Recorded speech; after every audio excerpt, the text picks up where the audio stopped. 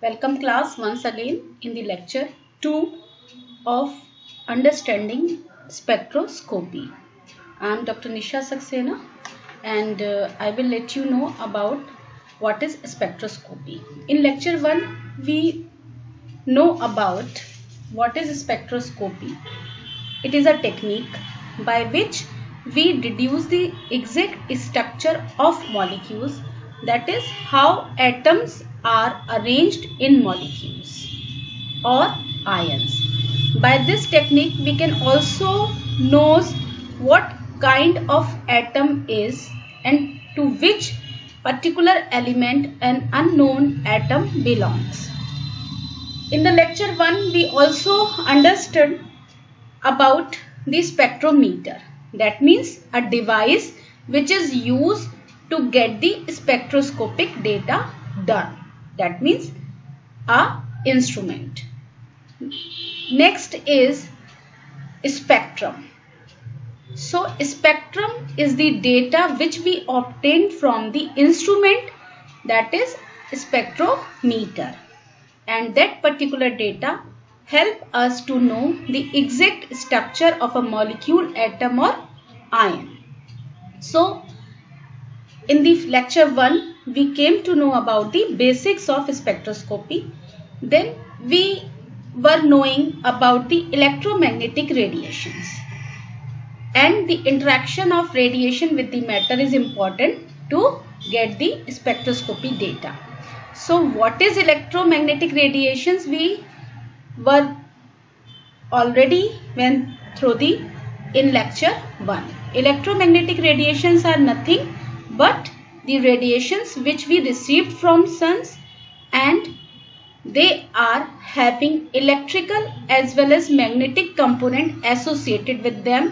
Whenever electromagnetic radiation moves from sun towards earth, they propagate in such a way that electrical and magnetic component becomes perpendicular to each other, because whenever because waves are having particle as well as wave characteristics, means dual nature, so they always associated with these two particular component with it, and these particular electrical magnetic components are perpendicular to each other. So in lecture 2 we are going to know more about the electromagnetic radiations. We already knows what is frequency, amplitude and wavelength, and in what particular unit they measures. Frequency in hertz, wavelength in meters or the units which is used for the distance, and similarly the amplitude. Now comes the we will be knowing more about the electromagnetic radiations. So electromagnetic spectrum range from gamma rays to radio waves. Gamma rays are very short wavelength rays, while radio waves are very long wavelength range. Okay, so what the range which we obtain from sun carries a wide variety of rays from gamma to radio waves, in which the smallest wavelength is of gamma rays and the largest wavelength is of radio waves. In between, the wavelength extends approximately 400 to 700 nanometer is for visible region, while the blue end of the spectrum represents shorter wavelength and the red end is representing the longer wavelength of this visible region, VIBGYOR, which you already heard in your previous classes when you were in intermediate schools. So the radiations which carries blue to red, VIBGYOR range, have a definite amount of wavelength associated with them. Blue end of VIBGYOR region of visible region represents shorter wavelength, means high energy, while the red end is representing the longer wavelength, that means very less amount of energy in comparison to the blue end. The next is the reason between 400 and 200 nanometer construct the near ultraviolet region of the electromagnetic spectrum. The wavelength above 700 nanometer to approximately 2000 nanometer is the ultraviolet region approximately. This picture will show you a perfect way to understand electromagnetic spectrum range. The first is gamma and the last is radio waves, and the sequence of wavelengths in such a way that gamma rays in the left hand way. Okay, this is here, and you know gamma rays very short wavelength. Gamma rays are of very short wavelength, while radio waves are of large wavelength. In between you will be having X-rays, UV rays, visible rays, IR, microwave and radio waves. Here is the wavelength range in meters. 10 to the power 11 to 10 to the power minus 9 for gamma rays, 10 to the power minus 9 to 10 to the power minus 7 for X-rays, 10 to the power minus 7 to 10 to the power minus 5 for UV, and 10 to the power minus 5 to 10 to the power minus 3 for visible. Or in between it starts with IR range, that is 10 to the power minus 4 to 10 to the power minus 2. Here comes the microwaves in between, minus 10 to the power minus 2 to around 10, and 10 to the power 3 for radio waves in electromagnetic spectrum.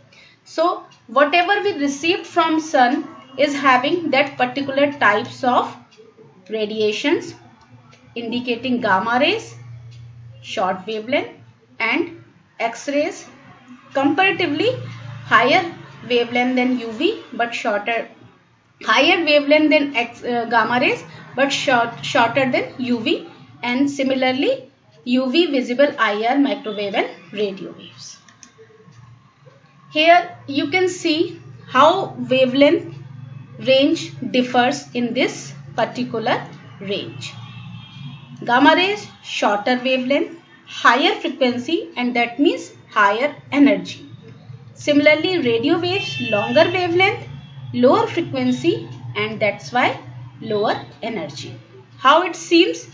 This particular category is for radio waves, and as we move towards the gamma rays, the wavelengths becomes shorter and very shorter in case of gamma rays. Okay, so how the wavelength changes you can see in this picture. More elaborated diagrams you can see it here. This is for gamma rays, this is for infrared, this is for ultraviolet, and this is for microwaves. Here you can easily identify that gamma rays is having very short wavelength, then ultraviolet, then infrared, and then microwaves. So microwaves are carrying a large wavelength, and whenever there is a large wavelength, then there will be a high frequency and there will be a high energy. Okay. So shorter wavelength means higher frequency, higher energy. Shorter wavelength is short means higher frequency, higher energy. And if it is longer wavelength, lower frequency, lower energy. Now comes to the another picture which will make you this topic more advanced, like in case of visible region which lies here, and the broad spectrum of this region can be seen here. This is VIBGYOR, violet, indigo, blue, green, yellow, orange and red. So here you can see how the wavelength changes. This is gamma rays. Gamma rays means very short wavelength. Short wavelength means high frequency. High frequency means high energy. So this is of high energy and this is of low energy. And this lies in this particular region of the electromagnetic radiations. Here is all the comparison which you are required to know, and to understand the interaction we must be moving in the next lecture, but here we are understanding the radiations perfectly. If you have any doubt, you can write in comment section and in your WhatsApp group, which we have already prepared in our WhatsApp. So the next comes is the interaction of electromagnetic radiations. Whenever these radiations interact with matter, here I am not focusing on this Vibgyor actually. I am focusing on the particular waves which interact with the matter. So matter may be any molecule, compound or atom or ion. So here it is not indicating Vibgyor or visible range. It is only indicating the electromagnetic radiations, and when they interact with the matter, we obtain certain kinds of effect in this molecule. And it's not like that ki this all the radiation will be absorbed by this.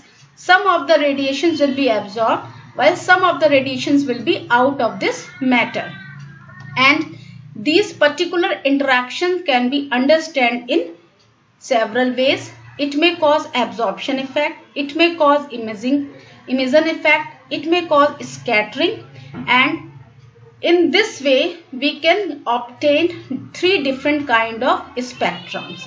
Similarly, the study of these interactions help us to understand the matter quantitatively and qualitatively. That is, a molecule, we can understand what kind of quality, what particular kind of atoms are there, and how much amount qualitatively we can diagnose the molecule. So in this lecture you understand the electromagnetic radiations, their frequency, wavelength, energy interactions, and how they are arranging in electromagnetic radiation range. So in the next lecture we will get the more information about the electromagnetic radiation and its interaction with the matter. So here I am closing my lecture, and in next lecture you will get the more information and we will move for more detailed spectroscopic techniques. Thank you.